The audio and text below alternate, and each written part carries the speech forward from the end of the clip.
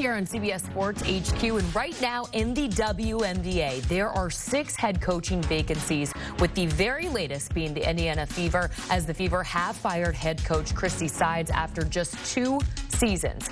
Indy went 20-20 this season, making the playoffs for the first time since the 2016 season, and Caitlyn Clark's first year as a pro. Sides was in the second year of a 4-year deal with Indianapolis, who will now begin their coaching search immediately, along with these other teams. For more on this, let's go ahead and welcome to the program Erica Ayala.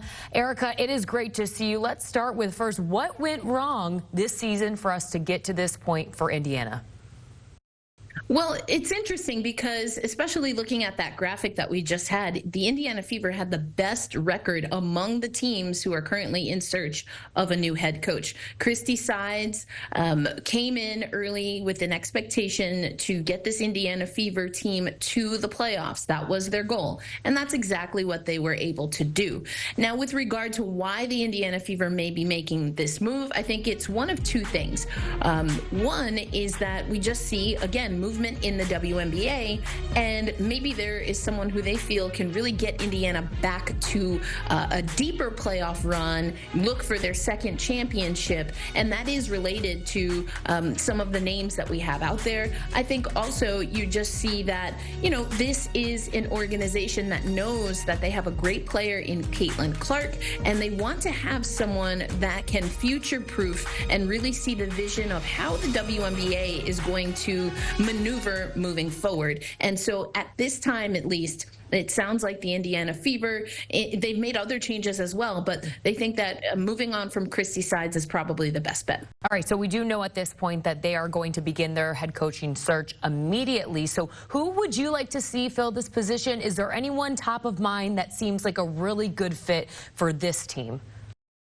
Even before the news today, there was a lot of conversation regarding Stephanie White. Now, Stephanie White has played in the WNBA. She was an assistant on the Indiana Fever when they won the championship with the great Tamika Catchings in 2012. And she also was the head coach for the organization before moving to the NCAA and finally returning to the WNBA with the Connecticut Sun. That being said, Stephanie White, when she did her exit interview with the Connecticut Sun, she really outlined that she was dealing with a family emergency towards the back end of the season. She was extremely emotional. And so while Stephanie White might be a name that we could see rise to the top, I think we just have to keep that caveat that maybe being a little bit closer to home, Illinois is her home originally, might be in her favor. That being said, I was able to go to Caitlyn Clark's first ever regular season WNBA game, and I'm watching the morning shoot around. And Caitlyn Clark, I would describe as someone who is a little reserved, maybe shy,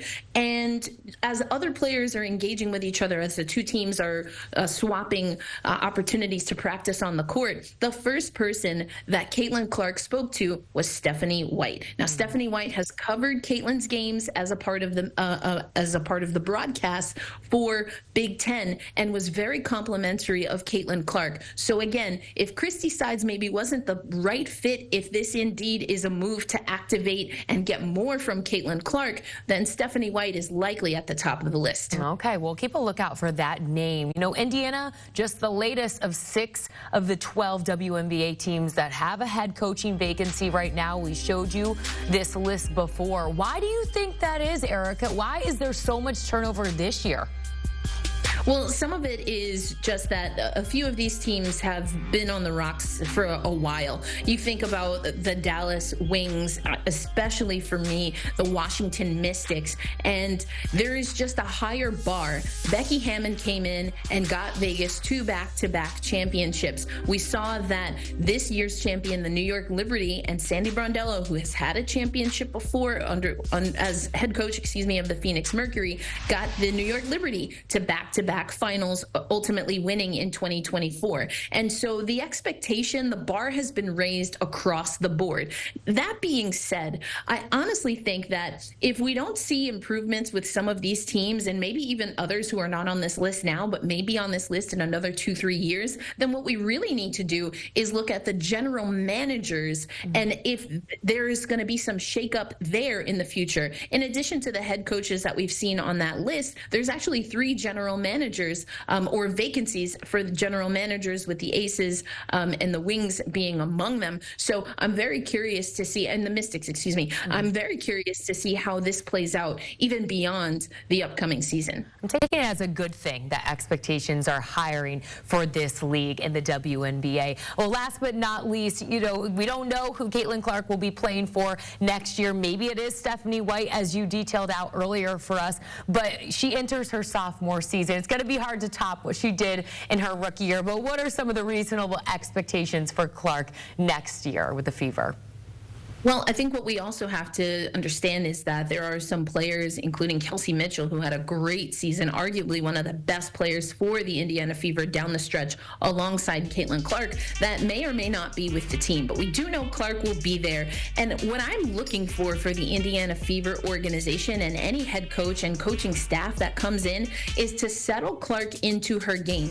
We knew that, and we heard players say, especially veterans of the league, that there was going to be a transition. And there indeed was a transition. So anyone shocked that Christie Sides is out, it's very interesting, because earlier in the season, within the first 3 games, some people were calling for her job. And that had to do with Caitlyn Clark not quite transitioning fully into the role that she adopted for the Fever for them to get into the playoffs. And for me, that is facilitator first. She is such an excellent shooter. The game will come to her on that side of the ball, but the Indiana Fever is best when Caitlyn Clark is at her best as a facilitator. And so for my money, that's what the Indiana Fever want to see in Caitlyn Clark, so that the team can move forward and make the playoffs once again and get out of the first round. All right, we will look forward to it. Erica Ayala joining us here for the very latest surrounding the WNBA and the Indiana Fever's coaching search as that begins immediately. But they're not the only ones. A look again at the 6 teams now in the WNBA who are in need of a head coach. We'll see who fills these shoes.